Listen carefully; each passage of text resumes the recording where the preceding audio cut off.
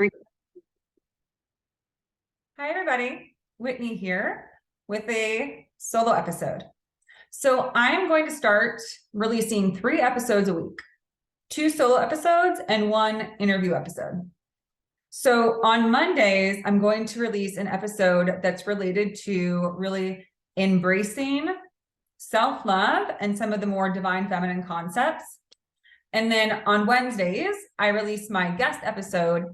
And on Fridays, I'm releasing more an identifying and healing episode, which means identifying some of the challenges, core false beliefs, unhealthy coping mechanisms, things that are in our life, habits, tendencies, cycles we've been in, and how we can begin to break free.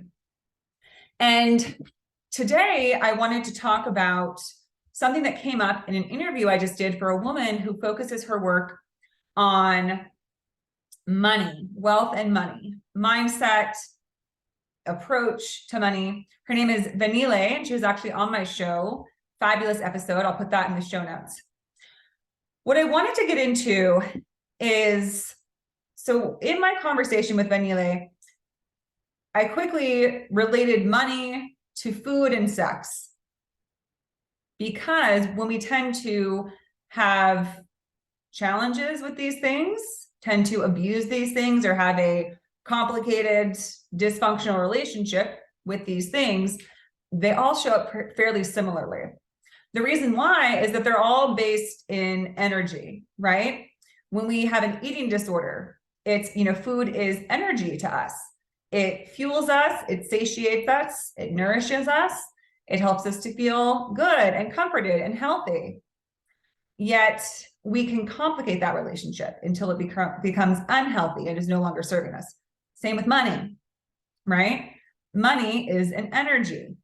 It allows for us to have opportunity to do and create and experience the things we want to. However, we can complicate that relationship. We can feel a lack mentality, and we can, deprive ourselves. We can deplete ourselves of money, or we can, hoard and collect money. It's all kind of the same thing.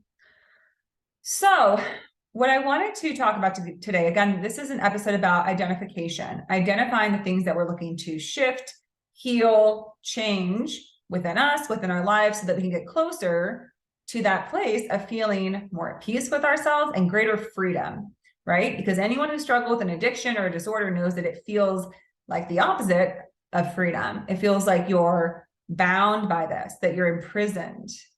And from my own experience, I struggled for 20 plus years with an eating disorder, and for 15 plus years with substance and alcohol abuse, and still struggling with love addiction, sex addiction, all that stuff. That especially for me, the eating disorder part was just like a living hell. It's a nightmare. It's like you have this like perfectly natural thing that becomes so unnatural and somehow becomes so complicated and complex. Something as simple as eating what we need, taking in what we need, and then moving on with our lives. I just couldn't do that second part. Somehow I just overcomplicated my relationship with food. I either wanted all of it and everything, or I was trying to eat as little as possible. It affects how you look, how you show up because of your weight. So it can just become a very complicated relationship. Anyways, my point is, so what I wanted to talk about today is to help people who feel like, because I was on this podcast, this woman asked, how do you know when you have an eating disorder? Rather than just trying to diet, trying to change your body, trying to get healthy, how do you step into that realm of a disorder? Which is a great question. And I get asked that a lot, also in regards to addiction. How do you know if you're an alcoholic? How do you know if you have a drug problem? It's not always as obvious as as the extreme cases where somebody's lost their job and their spouse and their family and their home and they're on the streets. It's not always that level. It can just be starting to impair you and your life. And the number one thing to me is like, look inside. Is it making you feel turmoil and distress and dysfunction and anxiety and misery, suicidality? Those are all things that came up for me when I was realizing like, maybe I have a problem here. For me, it wasn't showing up as much outside. So I didn't think about it. I didn't think I had a problem until I was like, well, if it feels like a problem to me, then it is a problem, you know? And I would hear that a lot. I used to do AA, Alcoholics Anonymous, the 12-step program. And a lot of people were like, yeah, I didn't address it because I felt like I wasn't bad enough, right? It wasn't bad enough, so I can't be an alcoholic. I can't have a problem. But the truth is that if it's a problem for you, it's a problem for you. If you want to disengage from something, if you want to break a habit or a cycle that's impacting you, your emotional well-being, your physical, mental well-being, then it's worth addressing, right? So the topic, the focus is what I've called false solution fixations.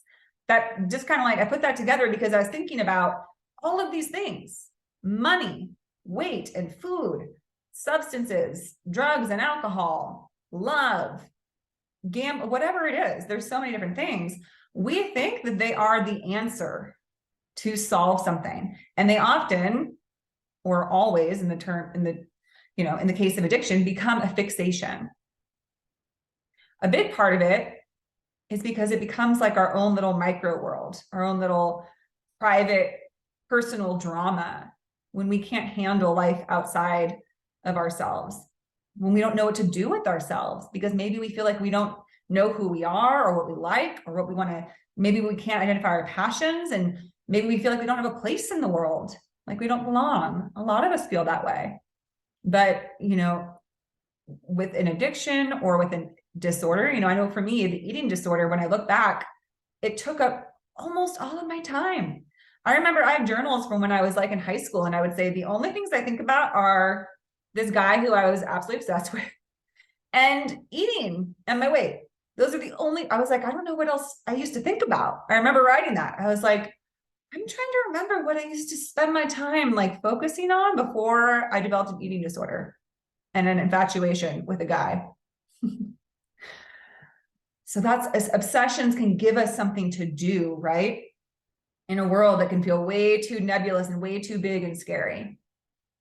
So it can become a fixation, but it's also a false solution, right? My belief in a lot of, popular theories is that all addictions are means of resolving trauma, wounding, pain, disconnect painful core false beliefs within us, right? We're hurting. We don't feel good in our bodies, in our emotional bodies, in our mind. So we're looking for something to treat that, to address that, rather than get to the source itself. I've mentioned this a few times now because I just started reading The Untethered Soul by Michael Singer, which I highly recommend. Fabulous book. And he talks about sort of an analogy for this is that most of us don't want to feel pain. And we certainly don't want to like dive into it and get to the cause of it. So it's like having a big thorn in your arm. And rather than trying to make the effort to take it out, the source of the pain, we try to micromanage our entire world around not, agitating that pain, not, eliciting a response, not like knocking it and ow, that hurts. So we like create this whole system. Part of it is addictions, right? If I just, get enough people interested in me, if I have enough sexual partners who give me attention and, feels like intimacy, then maybe it won't hurt that thorn in my side. But if we took it out, we wouldn't need to treat that pain. We'd stop abusing ourselves, self-destructing, just to avoid this. The problem is that sometimes it's hard to know how to get to that pain, where that epicenter is, where it came from.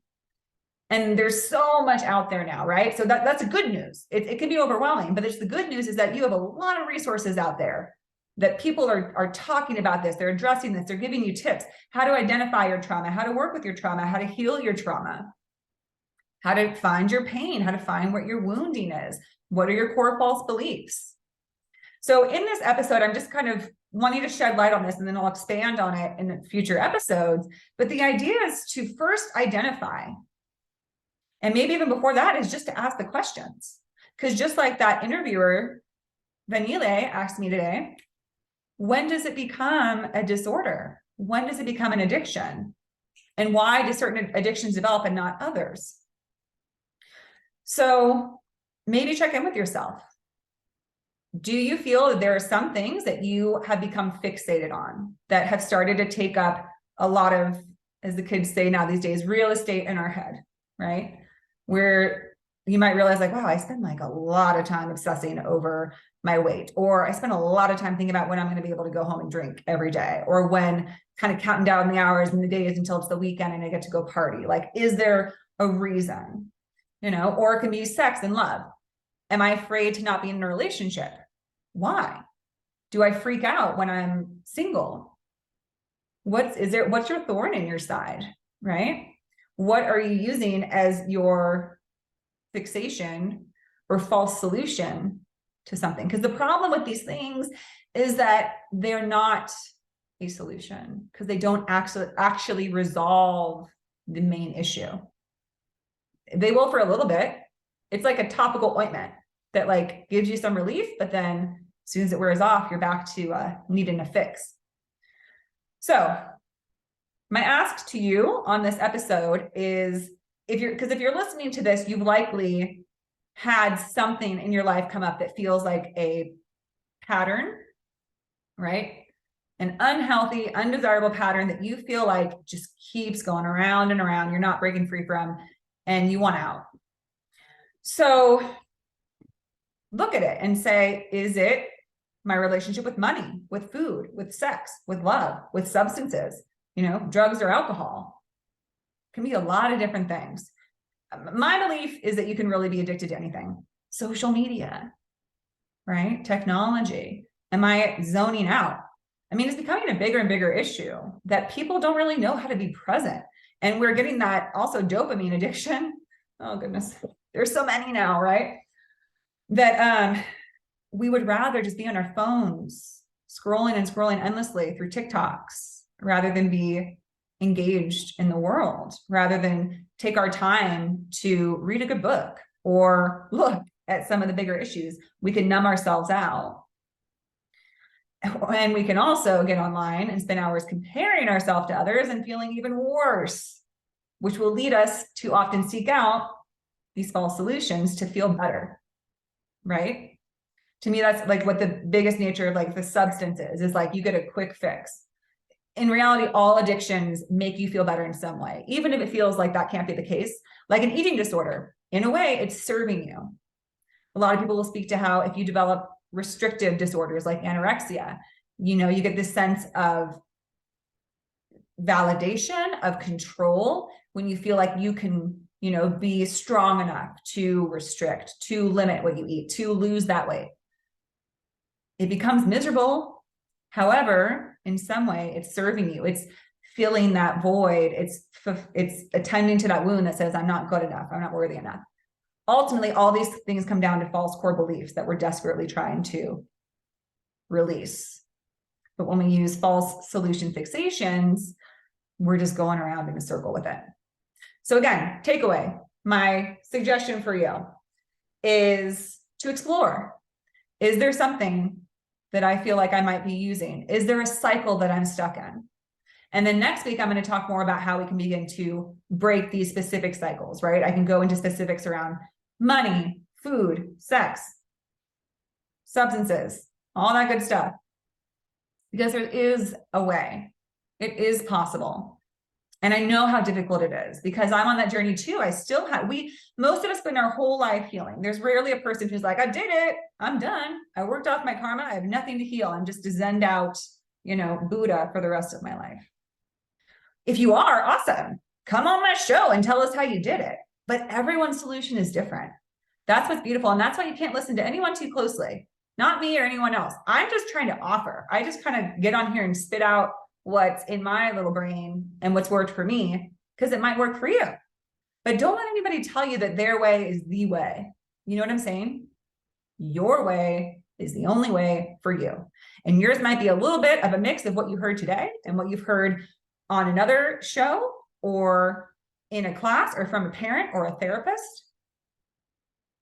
Okay, so take some time with that. And on the next episode, we're going to look more into some of these fixations, these addictions, these false solutions, and what they look like, how they present themselves, and how we can take the first steps to seeing that we're having a bit of a problem with it.